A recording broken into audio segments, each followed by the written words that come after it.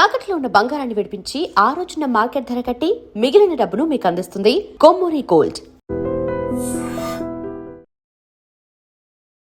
I dream చూస్తున్న ప్రేక్షకులందరికీ నమస్కారం. ఈరోజు మనతో పాటు వేద పండితులు, ప్రముఖ ఆధ్యాత్మికవేత్త శనగల నాగరాజ్ శర్మ గారు మనతో పాటు ఉన్నారు. మాట్లాడదాం. నమస్కారం గురుగారు. నమస్తే అండి. జై శ్రీరామ్. గురుగారు, చాలా మంది ఆధ్యాత్మిక భావంతో దేవుని ఫోటోలు చాలా రకాలుగా పెడుతూ ఉంటారు, ఎక్కువ పెడుతూ ఉంటారు. మనం దేవుని ఫోటోలను ఇంట్లో ఎంతవరకు ఉంచవచ్చు? పూజ గదిలో కావచ్చు, మన లివింగ్ హాల్లో కావచ్చు.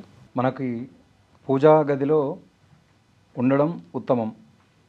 కొంతమంది ఏం చేస్తుంటారంటే హాల్లో కూడా గోడలకి చుట్టూ పెడుతూ ఉంటారు. దాని ద్వారా లాభాలు ఉంటాయి, నష్టాలు కూడా ఉంటాయి. లాభాలు ఏంటి అంటే ఇల్లంతా కూడా ఎటువంటి నెగిటివ్ ఎనర్జీ ఇవి రాకుండా పాజిటివ్ వైబ్రేషన్స్తో ఉంటుంది. మనకు అక్కడ కూర్చున్నప్పుడు కూడా ఎక్కడ చూసినా కూడా దేవతలు కనపడడం ద్వారా ఏమవుతుంది అంటే ఓహో మనం ఈ పని చేయకూడదు, ఇలా ఉండాలి, ఇలా ఆలోచన చేయకూడదు అనేటువంటి బుద్ధిని మనది మనంగా ఏర్పాటు చేసుకోవడానికి ఒక అవకాశం ఉంటుంది. అట్లాగే ఎక్కువగా ఉండడం ద్వారా ఉండేటువంటి నష్టాలు ఏంటంటే సహజంగా మన దగ్గర దేవుడి ఫోటోలు కానీ విగ్రహాలు కానీ ఉంటే వాటిని ప్రతిరోజు కూడా తుడిచి అలంకారం చేసి పూజాధికాలు చేస్తూ ఉండాలి. అన్నీ చేయడం ద్వారా మనము ప్రతిరోజు కూడా అర్చన చేయడానికి, పూజించడానికి, అలంకారం చేయడానికి మనకు శక్తి సరిపోదు. ప్రస్తుత కాలంలో యంత్రాంగ జీవనం అయిపోయింది మనది. ఆ యంత్రాంగ జీవనంలో ఏమవుతుంది అంటే సమయం ఉండదు. సమయం ఉండకపోవడం ద్వారా పూజ సరిగా చేయలేము. పూజ చేసే సమయంలో ఇవన్నీ తుడుచుకోవడానికే మనకు సమయం అయిపోతే పూజ ఎప్పుడు చేస్తాము? చేయలేము. కాబట్టి సాధ్యమైనంత తక్కువగా పెట్టుకొని భక్తి శ్రద్ధలు ఎక్కువగా పెట్టుకోవడం ద్వారా మనకు ఫలితాలు గొప్పగా కలుగుతాయి. ఒక దేవుని ఫోటోని అనేక రూపాల్లో పెట్టొచ్చు గురుగారు. అంటే చాలామంది ఇప్పుడు వెంకటేశ్వర స్వామి ఉన్నారనుకోండి, అక్కడక్కడే అనేక రూపాల్లో అలా పెట్టొచ్చు అంటారా? పెట్టుకోవచ్చు. కలవు స్మరణాన్ముక్తి అంటారు. సహజంగా కలియుగంలో స్మరణ చేత మాత్రమే మనకు మోక్ష మార్గం వస్తుంది. చిత్రపటాలు ఎన్నైనా పెట్టుకోవచ్చు, కానీ అవన్నీ పెట్టుకున్నా కూడా మన బుద్ధి వక్రంగా లేకుండా చూసుకోవాలి. మన బుద్ధి సక్రమంగా పెట్టుకోవడం ద్వారా మనము బాగా ఉంటాము, మన చుట్టూ ఉన్నటువంటి వాళ్ళని కూడా బాగా చూసుకోగలుగుతాము, బాగా ప్రవర్తించగలుగుతాము.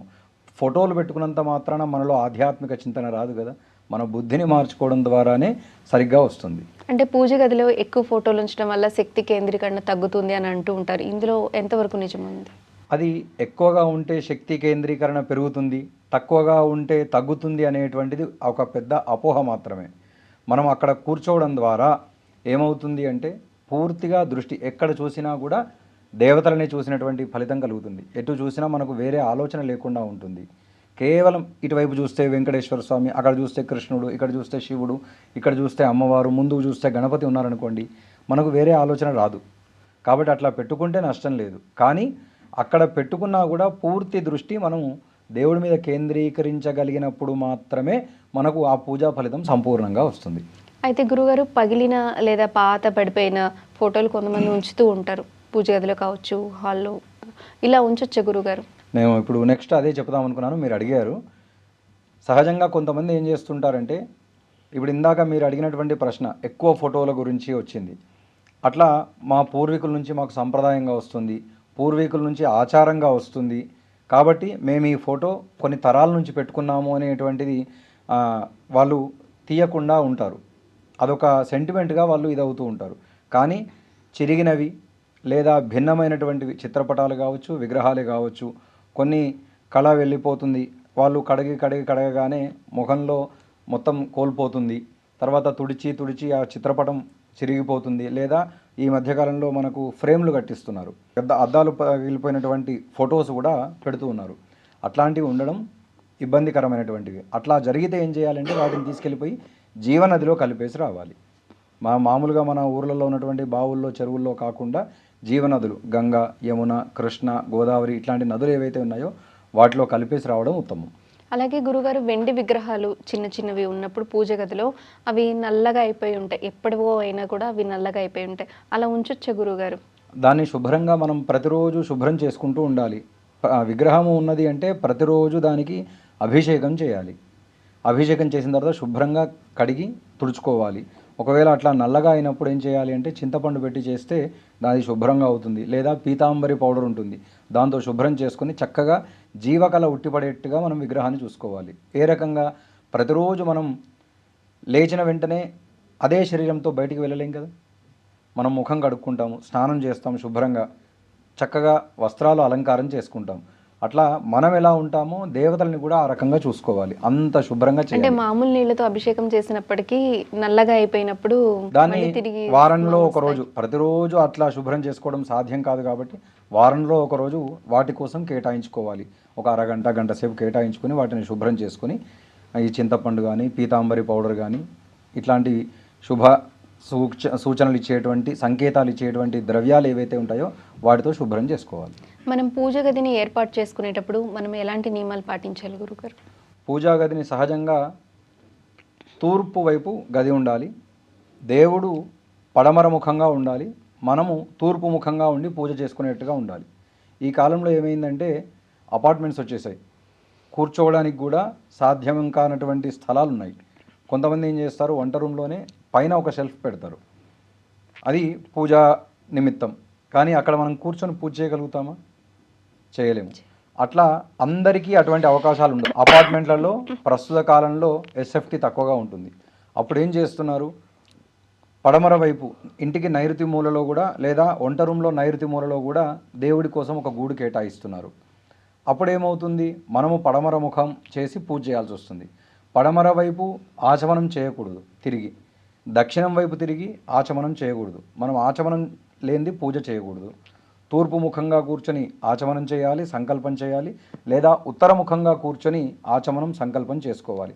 అట్లా చేసుకున్న తర్వాత మనము పూజ చేస్తున్నాము అంటే ప్రశాంతమైనటువంటి చిత్తంతో చేయాలి. వేరే ఆలోచనలు లేకుండా, ఒత్తిడి లేకుండా, ఇట్లాంటివి లేకుండా పూర్తిగా భగవంతుడి మీద మాత్రమే దృష్టి పెట్టి మనం ఆ పూజ చేసుకోవడం ద్వారా ఆ పూజ సంపూర్ణంగా ఫలిస్తుంది. దేవతలు ఏం చెప్పారు అంటే, నువ్వు ఎన్ని ఆడంబరాలు చేసావు, ఎంత ఆర్భాటంగా చేసావని కాదు. పత్రం పుష్పం ఫలం తోయం. పత్రము అంటే ఆకులు, ఫలములు అంటే పండ్లు, తోయము అంటే నీరు, పుష్పం అంటే పువ్వులు. వీటితో పాటు నాకు ఇవన్నీ సమర్పించినా కూడా భక్తి శ్రద్ధలు అధికంగా ఎంత ఎక్కువగా పెడితే నేను నీకు అంత ప్రసన్ననవుతాను అని చెప్తాడనమాట. కాబట్టి అవి చేయకుండా ముందు శ్రద్ధా భక్తి సమన్వితుడై వీటిని అర్చిస్తే స్వామివారు తృప్తి చెందుతాడు. అలాగే గురుగారు, పూజ గదిని ఏర్పాటు చేసేటప్పుడు చాలామంది ప్రతిరోజు అలంకరణ కోసం తాజా పువ్వుల్ని పెట్టలేరు కాబట్టి ప్లాస్టిక్ పువ్వులు ఇవన్నీ డెకరేషన్ కోసం పెడుతూ ఉంటారు. ఇలా పెట్టొచ్చు గురుగారు? అది మహాదోషపూరితమైనటువంటిది. పుష్పము అంటే ఏ రోజుకు ఆ రోజు వికసించినటువంటిదే మనకు వాడాలి. మరునాడు వాడగలిగేది ఏదైనా ఉన్నది అంటే అది కేవలం బిల్వదలం మాత్రమే. బిల్వదలం మాత్రమే తర్వాత కూడా వాడవచ్చు, ఒకసారి వాడింది మళ్ళీ వాడవచ్చు. ఒకవేళ మనకు ప్రతిరోజు తాజా దళాలు దొరుకుతున్నాయంటే అవి కూడా తాజా దళాలే తీసుకొని రావాలి. ప్లాస్టిక్ పూలు పెట్టేటైతే భగవంతుడుగా మనకు అటువంటి ఆశీస్సులు ఇస్తాడు. అంటే భగవంతునికి కాదు గురుగారు, మామూలుగా పూజ రూమ్ డెకరేషన్కి వాడుతూ ఉంటారు కదా, ఇట్లా పెట్టొచ్చా అని? డెకరేషన్కి అనేది పూలమాలలు లేదా మామిడి తోరణాలు వాడుకోవాలి. ప్రస్తుత కాలంలో అవి కోల్పోయారు. వాటిలాగా డిజైన్గా ఉన్నటువంటివి వచ్చేసాయి. అవి వాడడం అయితే ఉత్తమం అయితే కాదు, అధమం. పూజ గదిని ఎలా నిర్మించుకోవాలి, అలాగే పూజ దేవుని పటాలు ఎలా పెట్టుకోవాలనేది చక్కగా వివరించారు. ధన్యవాదాలు గురుగారు. శుభం. And for more videos, Please subscribe to iDream channel. Subscribe to iDream Media. Please subscribe to iDream. Please subscribe to iDream. Please subscribe iDream. And please subscribe to iDream. For more videos, subscribe to iDream. please like, share and subscribe to the channel. Congratulations, iDream. Subscribe to iDream. Subscribe to iDream. So subscribe to iDream Media. iDream ki iDream team andarki huge congratulations. Please subscribe iDream Media. Please subscribe to iDream.